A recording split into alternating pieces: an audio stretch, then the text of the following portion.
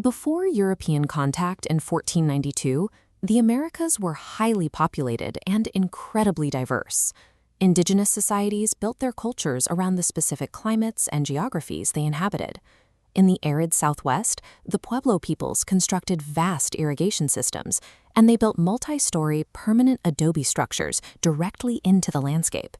Further east, the cultivation of maize allowed the Mississippian culture to develop massive sedentary civilizations. They built extensive earthworks and urban centers, like Cahokia, which supported tens of thousands of people.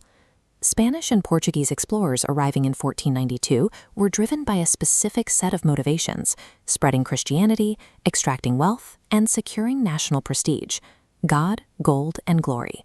When they arrived, two separate biospheres that had developed in complete isolation for millennia collided.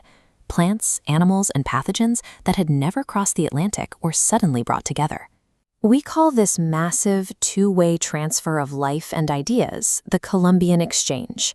Europeans brought animals to the Americas. The introduction of horses turned many Plains Indian groups into mobile hunters, increasing the efficiency of their bison hunts. Pathogens like smallpox swept indigenous populations, causing They implemented the encomienda system, a labor model that forced Native Americans to work in plantation agriculture and mine the silver that produced coins like this one. This pyramid represents the casta system. Spain enforced strict social control by establishing a rigid hierarchy based entirely on race and intermarriage, with Spanish-born peninsulares at the top and Native and African populations at the bottom. Alongside economic extraction, the Spanish built networks of Catholic missions to forcefully assimilate native peoples into European culture and religion. But indigenous groups actively fought back. During the Pueblo Revolt of 1680, native forces in the Southwest successfully coordinated an uprising, expelling the Spanish from locations like this governor's palace in Santa Fe for over a decade. The Spanish model sought total environmental and social dominance. But as the Pueblo Revolt proves, indigenous peoples remained a potent force capable of halting empire through direct resistance. As disease and the brutal conditions of the encomienda system decimated the native workforce, European empires needed a new source of labor to maintain their profits.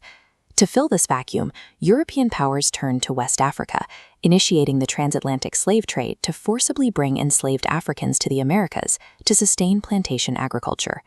When you look at Period 1 for the AP exam, remember the core causes and effects.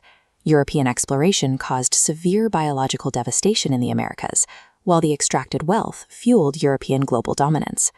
You'll also need to compare colonial strategies. This matrix breaks it down. Spain focused on subjugation and resource extraction. France prioritized trade alliances and intermarriage to secure furs. England aimed for agriculture, which meant displacing native populations entirely. Finally, track the continuity and change over time. Indigenous populations faced catastrophic decline and racial intermixing, yet they maintained a continuity of cultural preservation and resistance against imperial control.